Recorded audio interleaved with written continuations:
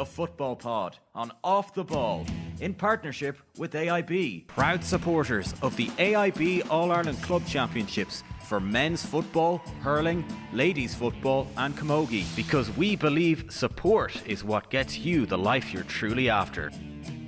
How are you doing? And you're very welcome back to the Football Pod. James O'Donoghue, Paddy Andrews. I very nearly went James Andrews, Paddy O'Donoghue, and I just don't know if that would work for you, but... James Andrews. Oh. A mashup. It's great now. My nephew is James Drama. Andrews, so there, yeah, it works. There is a James Andrews out there, yeah.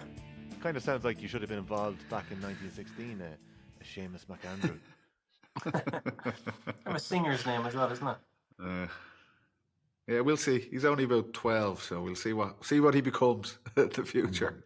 Yeah, I'm sure he'd be a baller if he decides to go down that route, Paddy. How are you, Tom? I'm good. What's your contribution to Tommy's life segment of the pod? Going on from now on. You're sticking with this, are you? Our listeners are demanding it, Tommy. It's not us. I haven't got much to add, lads. Got my car insurance paid there, so I'm all sorted for the next year. What a week you've had! Jesus Christ! This might be a short-lived segment if that's the peak of it. Managed to knock 20 quid off it, you know. Here, I feel like an ad, a plug coming in here. Who did you get your car insurance with? Was it AIG? No. We won't do that today. No, there's nothing happening with me, lads. I'm just trying to get through the next 2 weeks. I'm off from the 13th of December. We're actually going to New York. Whoa! Home Alone. Like it. Home Alone. Yeah, Jesus. Kevin McAllister himself. It was meant to be a birthday present for Shifa, but I let it slip last week, so she knows now, so I can let you know. But yeah, so I'm trying to get everything wrapped up before we head away on the 13th for a couple of nights. You know, speaking of Home Alone, do you know Macaulay Culkin? His kids now watch Home Alone, and they have no idea that their father is McAllister.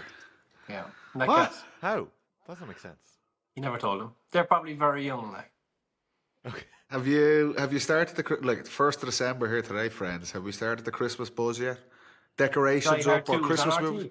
I did see that, yeah.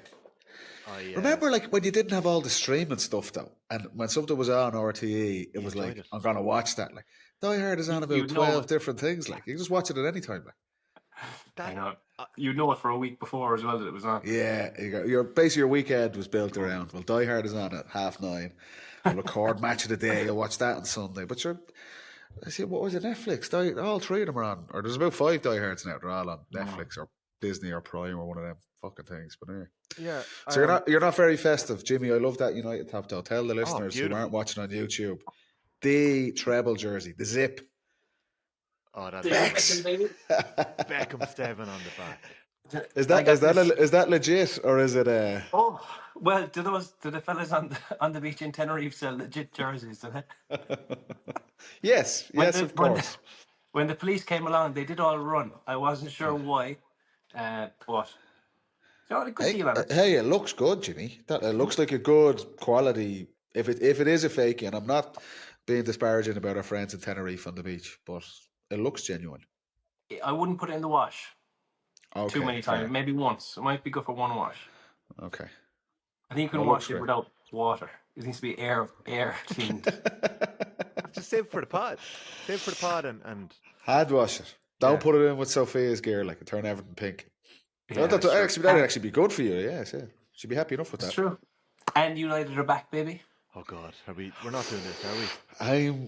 I said they were back last week. And they proceeded to lose to Everton. But that was the worst of the worst, the Everton game. Yeah, 10-man complacency. I didn't expect them to get much yesterday. I was pleasantly surprised. I was at a christening and I missed it.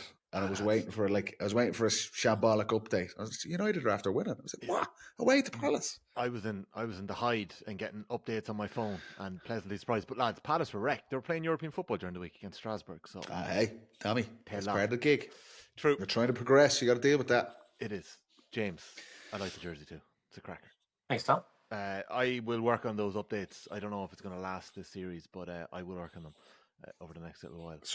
New York would be good. When we come back in January, we want to hear all about New York and your stay at the Plaza. Yes. How did you start with the car insurance when you had New York in the locker? I don't see how that I probably wasn't going to say anything about New York, but yeah. I'll fill you in. I'll keep you in the loop. And if you need me to bring home anything, I can. I suppose you're a couple of gigs lined up over there, I'd say. Yeah, the no Long worry. Haul and the Westbury. All of I them, might yeah. pop in. You're making money in New York. He's the only man to go to New York and he's going to make money over there. Like, Jesus Christ. No, I'd love to. I'd love to do that. No, I'll see. He's tricked Schiefer into thinking it's a romantic weekend. And he out double jobbing. Like. I'll meet you back at JFK in 3 days. No, boys, I wouldn't do that. But it is a busy time in Gaelic football, in the GA. There's so much happening. There were some beautiful club games at the weekend. And I know you boys were on top of it all. We'll get to that in a moment. There's a lot else happening too.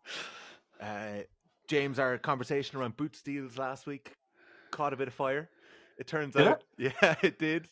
It turns out that the chap who used to look after you back in the day reached out, happened to listen in.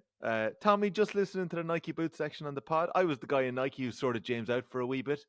A gas man. He loved the Tiempo. So that was. I did love a Tiempo. Mark, wasn't it? That was Mark who reached out. Yeah, I must get back to him. So, Mark, fair play. You never know who's listening, lads. I know. The reach of the pod. But they were very sound. I must say they were very sound. Very good to me. So yeah, I'll just leave my address in the comments here. Kerry Road, Limerick. Yeah, a good Westmeath man, Mark. So yeah, fair play. Nice to hear from you, Mark. And then I thought actually at the weekend it was kind of buried amongst. There was a provincial draw last week. I might run you through that and see are you excited about any of the games in April or May? I doubt it yet. The preliminary game is always the only decent note from the provincial draws. It's saucy this time around, isn't it? Yeah, that's what I mean. That's the story. Well, Kerry Cork on the opposite sides. I think Connacht is set up potentially for maybe is it traditional Galway Mayo final. All going well. I know the Rossies will have something to say about that. But if Mayo and Roscommon win their games, in New York and London, which you would expect, they'll meet in a Connacht semi-final, and Galway are on the other side of that draw. So yeah, that's interesting. We've a bit of news actually about Galway that we might bring you in a moment. And as well as that, we had the Leinster draw, Paddy, and it looks like Ger Brennan could be in line with his Dublin side. He's on the same side of the draw as Louth. So a reunion, yeah. Louth play Wexford, and Dublin play the winners of Carlow and Wicklow. So they're lining up in Leinster. And on the far side, we've got Kildare, Offaly and Laois, Meath, Westmeath and Longford on the same side as well. Leinster Chapter, lads. Everyone's looking forward to it for the first time in a long time. Yeah. Like the standout, everyone on that draw, the provincial draw, who's in the preliminary round in Ulster, and to get Tyrone Armagh it's beautiful. What a start to the championship. We're wishing away the National League and the rest of the club championship already. Let's get to Armagh Tyrone in the Ulster Championship. It makes their season so long. Yeah. Like whoever's in that provisional game in Ulster, an extra round in Ulster, it's already long enough. Every game's so difficult. And then you look down the country with teams kind of getting through handy enough. It's a disadvantage. Everything's lined up for Kerry. Like, it's a joke. What can I say? No, it is. It's tough. It's tough on the Ulster crowd, I think.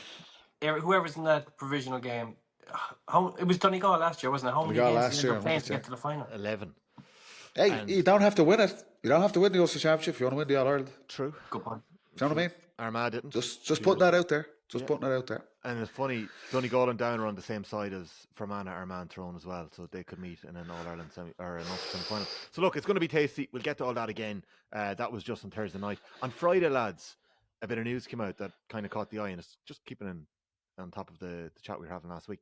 The GPA and the GA have signed a recognition protocol for image rights. I thought that was quite interesting. I'm not sure, did you see that? Anyone ever approach you to purchase your image rights, James, when you were playing, or Paddy?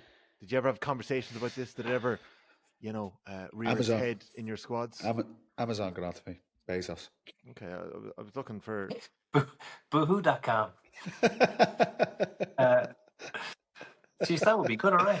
Is this over the Clifford thing? It's surely related to the Cliff. It's not. It's not. It's actually... No one else's image matters a shit, lads.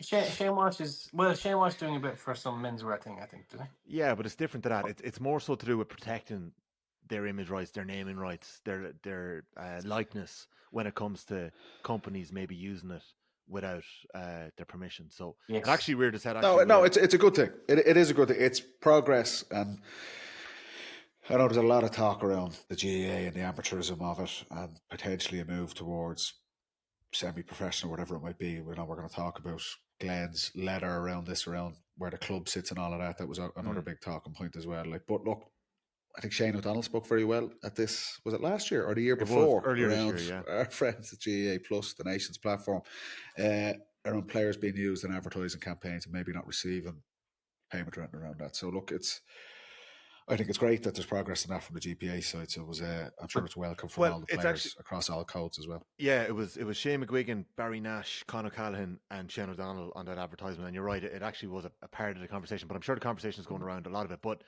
now that the GAA Plus is fully in the ownership of the GAA, it turns out the GPA will now receive 15% of the platform's license fees and 15% of dividends annually. Paddy, so I've just got a pay cut. Scrap that thing. Why did I hear about this? I'm just breaking it to you, buddy. Send me Jarlath's number there.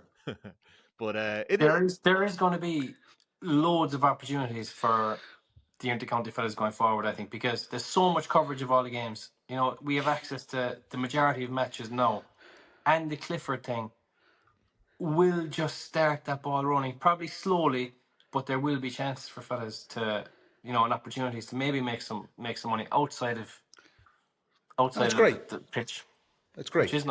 Players across all codes deserve to be looked after. We should be making the players huge stars. That's how you get, the kids more excited, the kids more involved. I know, like, Clifford obviously is the man, but we need more fellas who are idols, and it just gets the excitement up way more. And then obviously there's opportunities there for those players then. Question for the two of you. Do you think that in an era where, maybe media access, I don't think it's definitely not what it was back in the day. There are times it can be difficult to get a hold of players. There's times where it actually can be surprisingly okay to ask someone to come and do something. I've always found with the pod, we've a good chance of getting players whenever we've asked. But do you think that when it's in the benefit of the players themselves, their career is so short, their opportunities to, not even saying grow a brand, but grow that sporting personality and, I suppose, be themselves within their unit? Nobody has done it, I suppose, Tom. But do you think we might see a bit more access? Do you think we might see players happier to put themselves forward, especially when it comes to hurling, when they're hidden behind the helmet and not even names in the back of jersey? I'm not saying that's the thing we should do, but do you think it might start moving towards that? We need someone like David Clifford to do something. That's why it'll definitely be a step forward for everyone who, if they want to do that. But you still wouldn't want it to go to, do you see James Madison there? He's doing an old YouTube thing at games with influencers and stuff. It's cringe. You still want fellas to be completely set on their team and everything. You don't want it to come against you that way. But I definitely think with the whole social media platform that people have, the media, the podcast, there is a way to get out there and have a chance of, making some money out of it as well, I suppose. Because the only people who aren't making money are the players.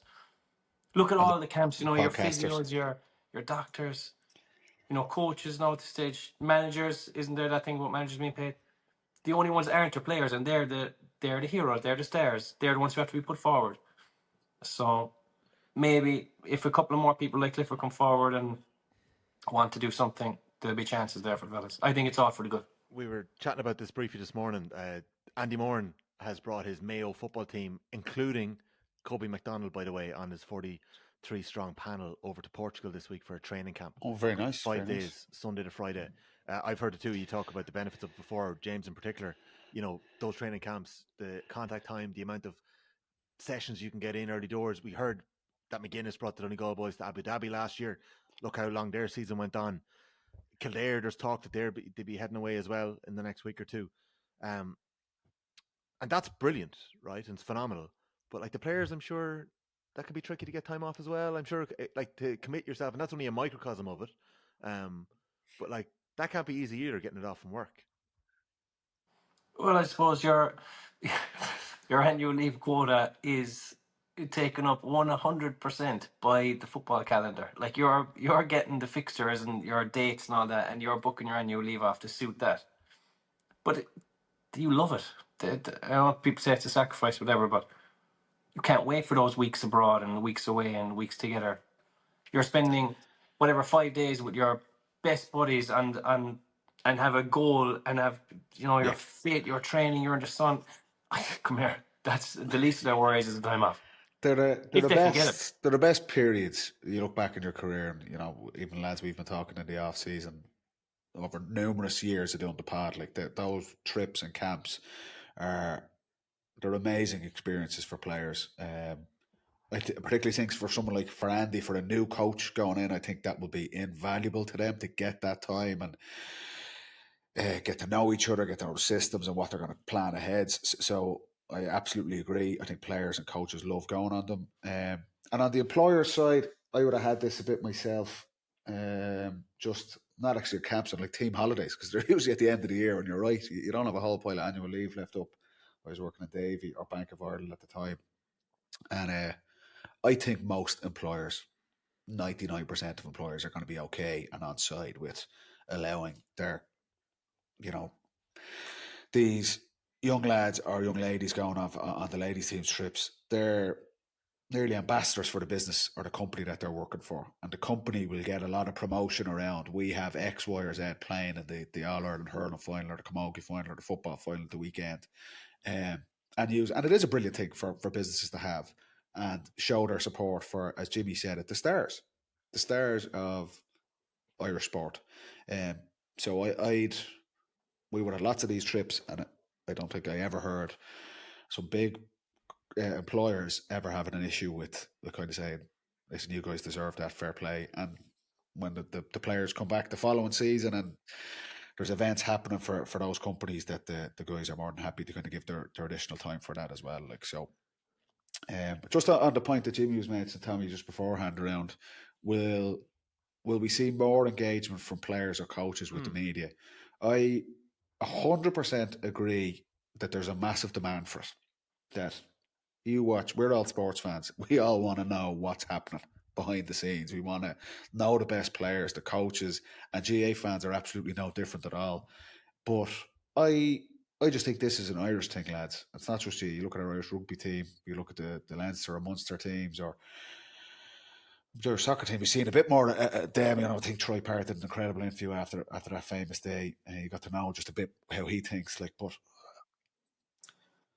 I just think sports stars, particularly in Ireland, are just so conscious of keeping their head down and not being accused of being too big for their boots. Yeah. And it's just, I think it's an Irish society thing. I don't think it's just in sport. We're an amazing place, but we will be cynical by nature. That's really our default. And someone does well in anything, and they'd be looking across, going, look at that fucker there, giving it the big one. Like, and it's not that. But I think that's just nearly ingrained in Irish people. And it's the same when it comes to sport, where, a guy or a girl does an incredible thing in a match, and they're nearly conscious of celebrating that, because their opponents or the media or whoever, any in society will just go, your man's too big for his boots. And like Clifford is a exceptional example of, here's a guy who's an absolute superstar, but he's so genuine and down to earth, and is so focused on performing, and he's praised because of that. I think that endears him to even more people. Whereas if he was nearly the American model or a James Madison, as Jimmy said, I don't know if Irish people appreciate that type of thing. It's like be more like the Americans. We're not fucking American. So I agree. There's a massive demand from the public to know more about our stars. I'm the same. You want my nippers to grow up and idolise these brilliant role models. But I don't know if we're going to see players. I just don't know if there's players. There's got to be the more Irishy version of it. There's got to be a more access, but not in your face type thing. Yeah, I think there's a balance there. I think actually, Paddy, what you're saying, it's a really good point. But there's also, and it's not just in Irish sports, but there's a cult or a code of silence at times that will affect Legacy, the All Blacks, that fucking book. Everyone talks about that. There's a bit of that, and I'm sure it appeared in your dressing room at times as well with the Dubs during that brilliant spell that he had. They copied us. Yeah, so I'm still brushing the dressing room after every training session. We actually did. That is genuine, to be fair, but anyway. Yeah, I believe it. But on that point, we obviously had the football club last week with 2 stars from the inside the Kerry dressing room who were brilliant, give us great time, and we had a great chat with them. We have our next episode on Wednesday. Who wants to reveal our next guest? You One of the greats. Go for it, Paddy. Brilliant, and someone who you mentioned what we were talking about earlier, who was on side with speaking and giving the public and supporters a bit of access and detail around Pádraic Joyce, one of obviously the current Galway manager, and they had probably a tough season on their side, but we went over to Killearn, North Galway. Tommy, you were fucking it up. It was somewhere, but it was a brilliant day to see the club, and I'm a little bit older than you guys, but I think anyone who grew up in the 90s and 90s would look at Pádraic Joyce as one of the... I still remember him as the player, this iconic footballer. We're forwards. I wanted to play like him, and he's gone on to be a manager as well. But I thought it was a brilliant afternoon chatting with someone who is, he's the current Galway manager, but he's also just a GAA icon, and he was very good with his time. He was spot on. Yeah, kind of learned, James, how much the club meant to him as well. Like, we spent a lot of time talking about, as Paddy said, his brilliant football career as much as we did about intercounty management in 2025. Mm-hmm. Well, you can tell he's very, very strong on the club, which is the foundation of the whole thing. But as well, he gave a good insight at the very end about, I suppose, the relationship with his father and how he kind of would have the odd word with him maybe before games or after games. I just thought that was so interesting as well. That was very Irish. That dynamic. Was very Irish, exactly. We should maybe ask that question to everyone. It's like, who was it in your life when you were younger that maybe had that word that stuck with you? Or whose opinion would you genuinely take on board, even if it was harsh or if it was critical? Because I think we missed that little bit of an aspect of how much an impact that can have on people. So I thought it was a brilliant interview. Love talking to him. Such a sound fella. Sound as but also, Jimmy, isn't it like that? He's obviously a little bit older now, and we all have stories with getting advice from people in the club or teachers in school or anything. And probably at the time, you probably don't, maybe not in all cases, but there's certain times you don't take it on board or you receive it the wrong way, and you might look back at our age now, or Pádraic's a little bit older than us, and go, do you know what, that was actually... I get that now. I understand that, and look, he obviously had an amazing career. Like, so it was just great to see. Like you're talking about, Tommy, getting to know the stars of our game, and he's definitely one of the most high-profile guys. And he was, I think, listeners would be very interested in hearing his right from the Sigerson Cup days up to this season managing Galway and everything in between. So it was a brilliant afternoon. That's the Football Club with AIB. That's out on Wednesday. It's episode 2 of this year's series. We've got 4 episodes on your coming away. We're actually recording our 3rd one on Friday. We will fill you in on that down the line. Very, very. Am I driving across country for it, or is it somewhere more? Well, you're driving across country, but it's not too far from you. It's the Meath side of Dublin you're heading to. Okay, Jesus, thank God. I'm being screwed over again. Hey, Jimmy, we were in your gaff basically recording with the lads. Like, Jesus Christ, like. That's true. I put it into Google Maps. 4 hours 40 minutes. Yeah, but and that was last night at about 11 o'clock at night with no traffic. I'll drive you. I usually do. I look after you. You'll have to do it now. Get the Christmas shopping done up in Navan Shopping Centre or wherever we're going. Yeah, we're not far from Navan, no. Okay. I get 4 new tyres on the car. Paddy, just before we move on here, and we're recording at lunchtime here, so I'll let the 2 of you go briefly. I want to get into some of the games as well, some brilliant club action. But Mayo's decision to have 17-year-old Coben McDonald in training with the senior panel, he's obviously agreed a pre-contract move to St Kilda, right? It's brilliant that he's in with them. Some people are I've sensed maybe on social media there's always people who are negative, but you've seen a couple of people saying, what are Mayo doing? Sure, he's off to St Kilda. But it just reminded me of summer 2012, Kieran Kilkenny makes his debut for the Dubs in Championship. He signs a contract with Hawthorn, he does pre-season with them, and next thing he turns around in January and he reverses his decision and comes back with the Dubs, and the rest is history. Well, how do you read that Kobe move by Andy Moran and Mayo, that they're having him integrated in the senior panel already? Yeah, 100%. 100%. You want to make staying at home and playing for your county as attractive as humanly possible. You want to engage this young, hopefully future star. There's no guarantee, but engage him in your team. And I'm sure and he is hoping that maybe he loves this thing so much, and he deserves to be there. He's one of the standout players in the Mayo Club Championship as well. So he might turn around in the summertime and have a Kieran Kilkenny type change of heart. I'd be interested in what his dad think. Would his dad love to see him winning the grand final in the MCG, which would be incredible, or lift the Sam Maguire with Mayo? So no, I totally get Andy's side of things, that, and I'm sure Kerry or any county would like, here's a brilliant young player. Let's try and integrate him into our team. And if he goes, he goes. But look, lots of players have gone and come back a couple of years later. Yeah. So I totally get it. And I go back to your social media, Tommy. Stop reading those comments from fucking ages giving out about everything. Fair point. It wasn't my social media that time.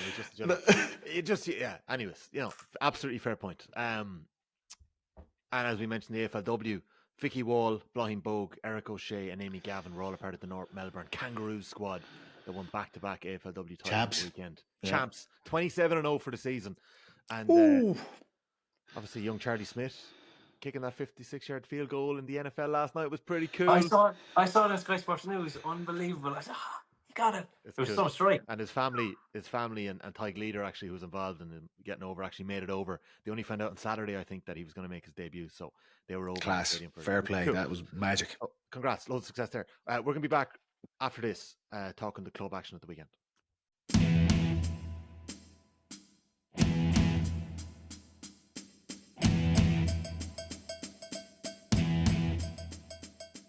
Paddy, some brilliant games at the weekend. Scotstown, who have been knocking on the door, they had these great teams in the 70s and the 80s. They won 4 Ulster titles back then. They had the Murrays, they had Begans, they had loads of them back then that were the McCarvilles pulling the strings, and the Moynas in the 80s. But they've fallen short in Ulster campaigns despite dominating Monaghan for much of the last 10 years or so. At the weekend, they were up against this young, ravenous, brilliant Newbridge side from Derry who are full of brothers. There is 5 McGrogans, 3 Dohertys, 2 Youngs, another Clatter of brothers as well. And Newbridge were 9 points down at half time. Newbridge were 9 points down on 45 minutes. Newbridge were 8 points down on 52 minutes and somehow pulled it back to a draw. And eventually Scotstown saw them off in penalties. They got there in the end. They got there. That would have been, you said it, Tommy, that would have been such a sickener. Scotstown have been on the road a long time, and I thought it was fitting. Darren Hughes, of course, steps up with the winning penalty. Fairly throws the laces into that one, and they're into the final. But it would have been such a difficult one for Scotstown to lose as well, because you said it like that. That Newbridge team, it's their kind of first run at this. Glen have been obviously the dominant team over the last couple of years in Derry, and second but in terms of potentially trying to go on and win the Ulster Club and go on and replicate what Glen did and win an All-Ireland title, Scotstown have been on the road a little bit longer. There's 2 ways you can look at it from their side, that they put themselves into positions like that and couldn't see it out. But then there's another way you could say, well, look, the grit and that experience that they built up over the last number of years will stand to them in an Ulster final if they play Kilcoo. But I thought it was brilliant. I was rooting on the Scotstown side, because you feel like we've been on that bit of a journey with them, watching them now for the last number of years. But like Jimmy always says, these club games, Leinster game's not great on Saturday, but most of these, particularly when you get to the provincial finals and into the All-Ireland series in January, they're going to go down to the last couple of minutes. And that bit of experience, Darren Hughes, top corner, Penno. Beautiful. Whopper. Conditions didn't look too hot though. Jesus, I was looking at the couch, curled up. I was like, I'm so happy I'm retired. The athletic grounds held up and the rain only started going later on in the game. But Beggan took the first penalty and roofed it. Hughes apparently wanted to take the first one, and he said Big Row decided to take the first one, which I thought was pretty cool. Nailed it. And Beggan again, like he did against where did Beggan score before the Hooter? Was it the All-Ireland quarter-final? He sends over a 2-pointer at the Hooter against Donegal. Against Donegal and Croke Park. He does it again from play. Just before the Hooter, and it's so nonchalant the way he slots it over the bar to send him 9 up. But James, the Newbridge comeback, right? So there's a clatter of these lads obviously playing Derry senior, but there's a lot of them playing Derry under 20s as well. And there's one young fella, Sean Young, who pulled the strings for a lot of this game. And just his 2-pointer, I think, late on in the game, that brought it from 3 points back to 1. There's seconds left. Like they win a turnover, like Newbridge is high pressed. They were really brave throughout the game. They got a goal from it a few minutes beforehand. But Young just gets this ball in the middle of the field. He's kind of different looking, isn't he? He's long, he's rangy, 2-footed. But I mean, you're talking late in the game, very late in the game, heavy legs, the conditions, soft pitch, and he takes off and he is gliding. He's eating up ground. And then to just be able to steady himself and throw over a 2-pointer under pressure, it was an unbelievable score. And he looks like a really, really quality player. Because if you're at that size, these new rules, we're saying it all the time, you need the size, but you got to move. You got to be able to run. No matter where you're. I know he had 14 in his back, but he's going to be out the field. You need to be able to move. Yeah. And the speed he showed there to eat up the ground and throw over a 2-pointer was sensational. So I can't wait to see more of him. Yeah, and I just mentioned as well for Conor McAteer, who kicks the equaliser in normal time, and then again fists one over in injury time. Like there's a lot of battle in that Newbridge side, and they needed it to get by the likes of Glen and Schlockneil in the last couple of years. And Sean Young, as I mentioned, part of a Derry under-20 side that were knocked out in an Ulster semi-final this year by Tyrone, back-to-back All-Ireland champions Tyrone. Like they only lost that game by 2 points. And I think there was he'll get more out of that run with the club. Definitely. Like that run with the club where they're relying on him. He needs to show leadership. He needs to come up with big plays. That will stand him. Yeah. You know, the fact that he was fresh going into that and off he went, played brilliantly. That will stand him. And you know what's the other thing about the penalties? I think the order of your penalties is huge. The first fella up, right, is the most pressure is on number one. So the fact that Begin decided, I'm taking that, I'm going to have the responsibility. Yeah, he's the man. He's the man. Like that is saying I'm the man. I like that. Fifth is more of a I'm going to take the winning one. Well, fifth was going to be Conor McCarthy. Conor McCarthy would have been the fifth. Hughes was the fourth. Yeah, the pressure's on the fifth as well, definitely. But I mean, so are you accusing Darren Hughes of being an egomaniac? When he was fourth. Is that what you're? The way I'm reading between the lines here, Darren Hughes, one of the great Monaghan players, and you're saying he's an egomaniac. He was doing a Ronaldo on it, basically. Jimmy, that is harsh. Ronaldo does. That's over the top. That's over the top. In fairness, no, I like a fella putting a hand up to say the first one because it's when everyone is really nervous. You need a good start. You need to get. If you miss that one, it's like chasing your tail, aren't you? It's today or day. Yeah, you need the first one. It's tricky, all right. I was listening to Begin and Hughes, Darren Hughes, talking to Thomas Niblock afterwards. Begin was talking about the experience, the grit, but also the want and the feeling that they can go and get the job done, albeit it'll be a very tough game against Kilcoo in the Ulster final. They're a team in a mission. A lot of younger lads have come into that Scotstown team as well in the last couple of years. Some of the Maguires. That'll be a cagey. I'm intrigued to see the final. It'll be fun. Two very experienced teams. Conditions probably aren't going to be too hot, but they're going to keep the ball.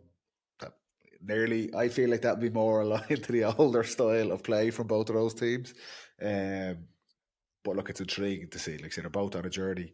Sure. See who comes out on top there. And if you win that, you're into the final four. But the teams that are left in it now, I know we're still at the provincial final stage, but they're looking at the big one. Oh yeah, I think so. They get to this stage, like. But with the teams that are gone, you'd be mad. Well, you have to try not to, but you would definitely seep in somewhere. We have Dingle and the Bars on Sunday, and after the Leinster semi-finals at the weekend on Saturday, as part of the double header with the hurling, we've got Ballyboden St Enda's up against a tie.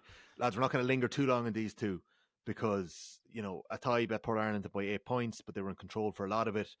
Port missed an early penalty. They got a couple of great 2-pointers early in the second half of the win, but a tie were far stronger.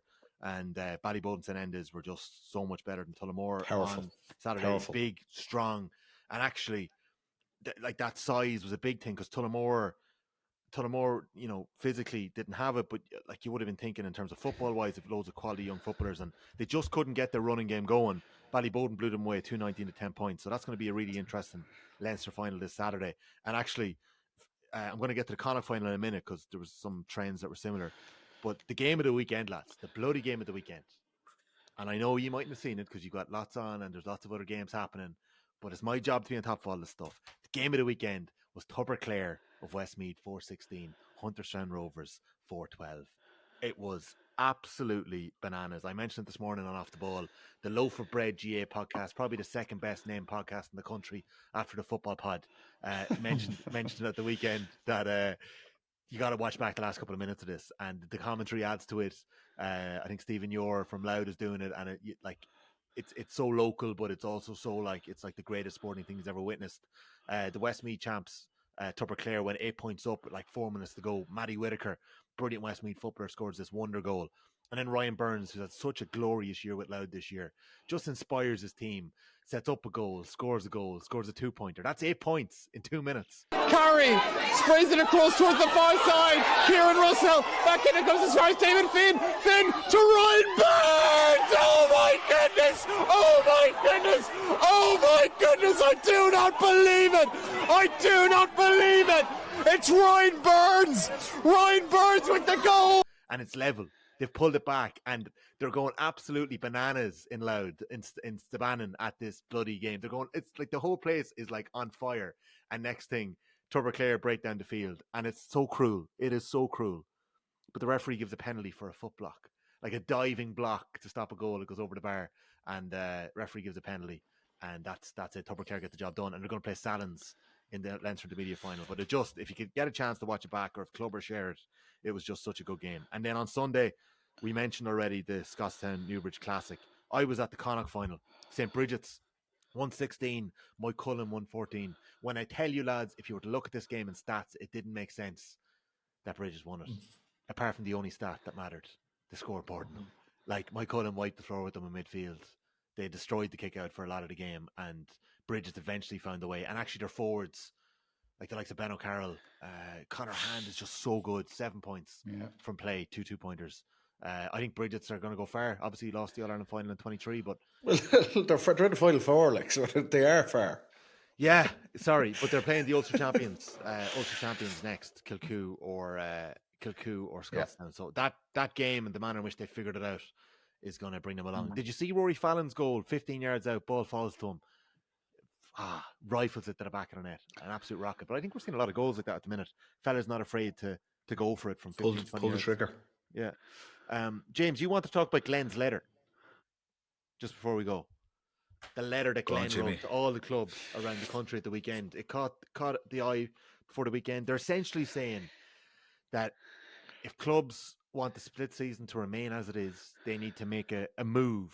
They need to speak up. They need to canvass their delegates, that they cannot allow the GA at Congress in February to extend the inter-county season by 2 weeks. They say that 2 weeks won't become 2 weeks. It'll become 6 weeks. It'll become 4 weeks. And essentially, we'll enter a semi-pro era of Gaelic football where the club and the county player are totally separate. Well, whatever about the dates and that side of it, that's one argument. But I can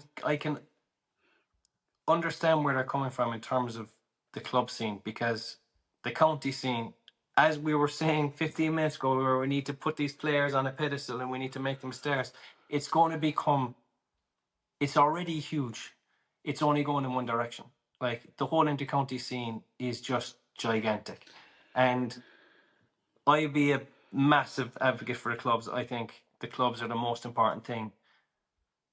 But if we're not careful, it can easily be pushed down the pecking order. Because I even see, in Kerry, they're on about, maybe taking out 1 or 2 competitions for the clubs because the county fellas, need a rest and this kind of thing. It's all just little things that can happen until eventually we are just county, which can be dangerous. Like, I even see, like I mentioned there with the lads from Derry, I think playing for your club gives you so much feel-good factor and so much development as well, because you have to be a leader, you have to play for your parish, for your family, for your team. Whereas I think at the moment, the root of everything is kind of down the development squads route, where it's great for maybe the best players, but a lot of players are just kind of becoming a bit vanilla, especially personality-wise, because everyone is doing the same. Do you think there's too many? Do you think there's too many development squads or too many players in the net of development squads? Is that what you're saying? Because back when I was younger, it'd be the elite. It'd be the best of the best that would be called up, maybe 30. But development squads are so big and so vast, and there's so many age groups now, isn't there? Am I right? Yeah, and if you're left out of that, you're probably behind. That's the thing. But I just think that developing with your club is so powerful, because it develops more than just your skills. You have to be a leader. You have to show example. You have to kind of drive it on and set standards. So I just don't want the clubs to be left behind in any way, shape, or form here. And it's, the split season is great for the clubs. I think we need to keep that, and just be careful with every move we make that it doesn't affect us too much. Can we keep it, but also extend the intercounty season by a week or two, which is what they're talking about here. Now, the Glen letter is very strongly written that even if you give in 2 weeks, it's going to become September. Now, I'm not necessarily sure that's true. Paddy, I don't know what your take is on. There's 2 points here. There's I suppose there's the erosion of connection with young players, with their clubs. Like they're in with the county too early, or it's too important too early. I don't know. Are you seeing that? Like, is there a bit of that happening around the country? I get the sense there's a bit of that happening. I don't know. Like, you look at, say, for example, one of the first early adapters of the development squads was Tyrone, and you look at the success. They've been kind of the standard bearers. And you look at even the most recent success this season, 2025. That's on the back of brilliant development squads and brilliant coaching, and they've formed the foundation of, a period of, you would feel, success for Tyrone over the next decade as well. So development squads, I think, are a good thing, that it gives players an opportunity at a young age, between 14 and 15 years of age, to represent their county and play with players that they play against in their clubs or their schools, and form that connection as well. So don't look, that's not what Glen are getting at in terms of dissolving development squads or anything like that. But it's a challenge. There's no two ways about it. And this is not a new debate. Maybe the split season has brought it more front and centre, of the balance between players who are playing with their county and are on squads of, maybe squads have gotten bigger, 30, 35 players. There's maybe 10 or so guys who are not really playing. They're not even in match day squads, but they're out with the county and they're missing club games. Where would they be better served playing more club games and things like that? Absolutely they would. But that balance can be tricky at times for players. So, and it's a hard one for the GAA to come in with a blanket. This is the rulings around this going forward, because each county has their nuances.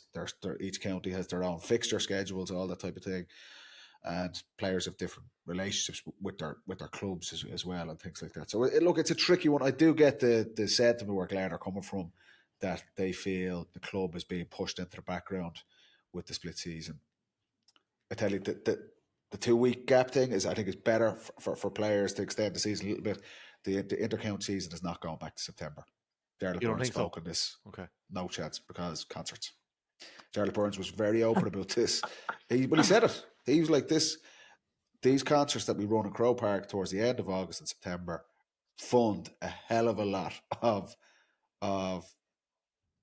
operations and projects around the GAA. So Crow Park is going to be used for concerts at that time of year.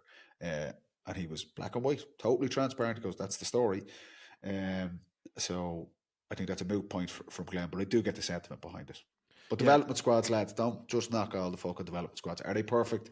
Every other sport has pathways for the best players to be there. Could they be run more efficiently? This is a big thing in Dublin. We've so many bloody young players that are they running as efficiently as they possibly can. But I think they're generally quite a good thing for young players to get that exposure. Yeah, I guess I didn't attend to knock them in a general sense. I just guess that there is a sentiment of an erosion about the importance of the club, and like the club should always be there for you. Like the club will be there as your first port of call when you start playing GA, and it's probably your last port of call too. Intercounty season or intercounty careers won't last long. Your college GA career doesn't last longer than 3 or 4 years. Well, for some, maybe it lasts a lot longer, but for most people, it doesn't. And your club is the one constant that you have. Or even if you move to a new area, like for myself, for example, you make a lot of friends and you get to know a lot of people if you move into it and you get to stuck in with a club. So I just think the club is very important. And it's worth noting as well that Glen feel in isolation, a 2 week extension of the season is entirely sound, but I think they fear that it'll become much more than that. So there's going to be savage debates about this over the next couple of weeks. I know Jewel County, especially Galway, Cork, are very against any extension at all, given the type of championships that they run in their counties. That's what you're trying to align 32 separate counties on this. It is hard. The only my points on it is how much of a juggernaut the intercounty scene is. Like, it is only going in one direction. Like, the amount of coverage that every game gets, everyone wants to be part of it. You just want to drag the clubs along as much as you can rather than separate.